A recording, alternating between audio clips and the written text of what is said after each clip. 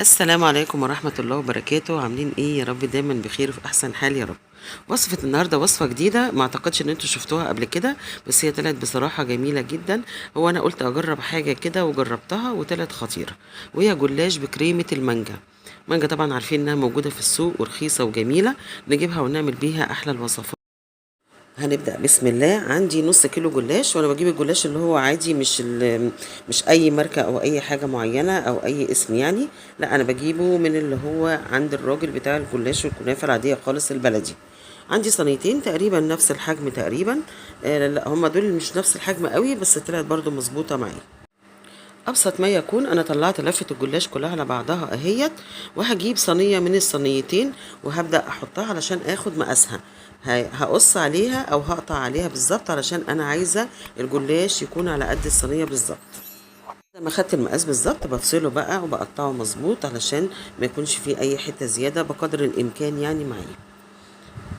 الاجزاء اللي هي الزياده عن الحته اللي مقطوعه من الصينيه اللي انا بعملها بايدي الشمال دي، ما تقلقوش منها خالص ولا هتترمي ولا اي حاجه، نعمل بيها حاجه جميله جدا جدا. هاخد جزء منها هنا في الوصفه دي، وجزء تاني هعمله لكم، بس هعمله في فيديو منفصل علشان الفيديو ما يكونش طويل عليكم. عندي بقى سمنه، عندك سمنه على زيت، عندك سمنه على زبده، زي ما انت عايزه، اي نوع انت عايزاه. انا بدهن الصينيه وبحط بس راق واحد جلاش، وبعدين حبه سمنه بسيطه زي ما انتوا بتشوفوا كده الطبقات. عاوزه ادهن بين كل طبقه وطبقه، بين كل ورقه جلاش وورقه جلاش. دوت يا جماعه اللي بيخلي الجلاش بتاعي بينفش وبيكون جميل ومورق كده، وبيكون حلو قوي في الفرن. زي ما تقولوا احنا بنجيب جلاش من بره ليه بيكون عالي وبيكون نافش، وناس تقول نحط عليه باكنج باودر، ده احنا بنحط في السمنه سنه باكنج باودر او كده، مفيش الكلام ده خالص. هو كل راق وراق. ولو حسيتي في الاخر ان السمنه كتير ما تقليش خالص، بعد ما يستوي بنصفي السمنه الزياده منه. يعني كل اساس الحلويات حطي سمنه كتير وتخدميها سمنه، وبعد ما تستوي صفي السمنه منها قبل ما تحطي الشربات بتاعك، ده اللي بيخليها مورقه وجميله جدا. كده خلاص خلصت الجزء دوت. هبدأ في الجزء التاني او في الصينيه التانيه. برضو زيها بالظبط هدهن سمنة كده بالفرشة بسيط. انا ما بدهنش كتير على فكرة، ده حاجة بس بسيطة. شايفين مجرد ما حطيت كمان رق الجلاش هو خلاص بدأ يشرب السمنة اللي تحت، فما بدهنش كتير، وهكذا. بدهن بقى، بحط حوالي 4 5 6 ورقات زي ما انت عايزة. برضو عدد الطبقات بتاعت ورق الجلاش اللي موجودة دي ترجع لك انت، ما فيهاش اي حاجة خالص. هنا بقى هاخد صينيه من الصينيتين دول، هحاول اظبطها انها تكون دايره مظبوطه. لو في حته طالعه، لو في حته بارزه مني وانا بقطع الجلاش جت مني كده، احاول اسويها بقدر الامكان، وهبدا اقطعها قبل ما تدخل الفرن، عشان دوت هيكون الوش اللي فوق. انا هنا عملت الصينيتين علشان في جزء هيكون تحت وهحط الحشوه، وبعدين دوت الجزء اللي هيكون فوق اللي انا بقطعه دوت. وانا عملت كده لان كريمه المانجا بعد ما تتعمل انا هحط عليها مانجا، والمانجا ما يفضلش ان انا احطها على النار. يعني انا هعمل الكريمه وهخلطها بالمانجا، وبعد كده مش هحطها على النار تاني، فما ينفعش احط الحشوه في النص وادخلها جوه وتطلع وكده. لا، ده انا هسوي دي لوحدها وهسوي دي لوحدها، وطبقه الكريمه هتكون في النص بعد ما تستوي. وبعد ما قطعتها كده طلعت معايا بالشكل الجميل اللي شايفينه ده. هركنها على جنب بقى، واخد الاولانيه اللي انا عملتها. انا هنا هزود لها الطبقات شويه، فهاخد من الجزء اللي انا قطعته من الجناب، اللي انا خدت في النص اللي هو الدايره، وباقي الجلاش اللي في الجناب خدت جزء منه عملته كحشو كمان عشان ازود الحشو شويه في النص. وفي جزء تاني هعينه، هعمل لكم بيها حاجه جميله تانية برضو، بس هعمله فيديو منفصل علشان ما اطولش عليكم الفيديو ده. هنا بقى سقيت برضو سمنة بسيطة كده بالفرشة، انا برش بالفرشة على فكرة. وادي الجزء بقى التاني اللي اتبقى معايا في الجلاش، هعينه بس هلفه في كيس كده وهعينه على جنب عشان الوصفة اللي جاية في الفيديو اللي بعد دوت على طول ان شاء الله، اهو علشان ما ينشفش. بس هنا بقى في الاخر بجيب بس ورقة اللي هي مستوية كده، الدايرة اللي كنت قصيتها في الاول، وحطيتها على الوش عشان يكون شكله مستوي كده، ما يكونش يعني طالع ونازل بالقطعة اللي انا حطيتها دي. وكده تمام قوي معايا. بعد ما اخلص دهان دخلت الاتنين الفرن، ولما يستووا هطلعه واوريهولكم عامل ازاي. وهو بقى بيستوي في الفرن هنعمل الكريمه بتاعتنا. عندي هنا حوالي نص كيلو لبن، وكوبايه يعني نص مج من اللي انتوا شفتوه دوت سكر، والسكر اختياري يا جماعه.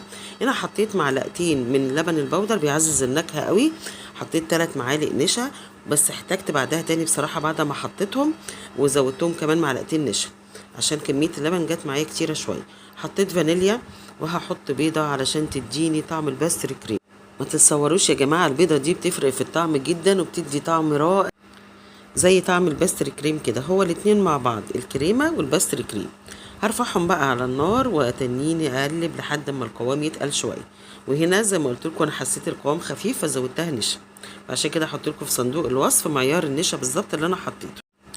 هنا بقى جبت معلقه واحده جيلاتين وحطيت عليها طبعا ميه سخنه وقلبتها، وهحطها على الكريمه بعد ما خلصت عشان قوام الكريمه يكون متماسك، لاني لسه هحط عليه مانجا والمانجا هيبقى فيها يعني ميه بسيطه كده، فعلشان ان هي ما تبقاش سايله معايا. هنا ضفت الجيلاتين اهوت بعد ما ساح معايا، وهقلب تاني واسيبها يعني تبرد سنه كده قبل ما احط المانجا.